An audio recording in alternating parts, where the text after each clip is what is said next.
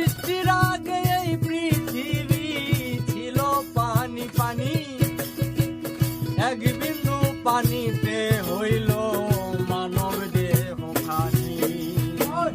ইসরাফিল ফেরেশতা যখন সিংহাতে ফুঁক দেবে, তামাম দুনিয়া সেদিন পানিময় হইবে। কুদরতি এক বাতাস আল্লাহ দেবেন গো ছড়াইয়া, 40,000 বৎসর থাকবে পানিময় হইয়া।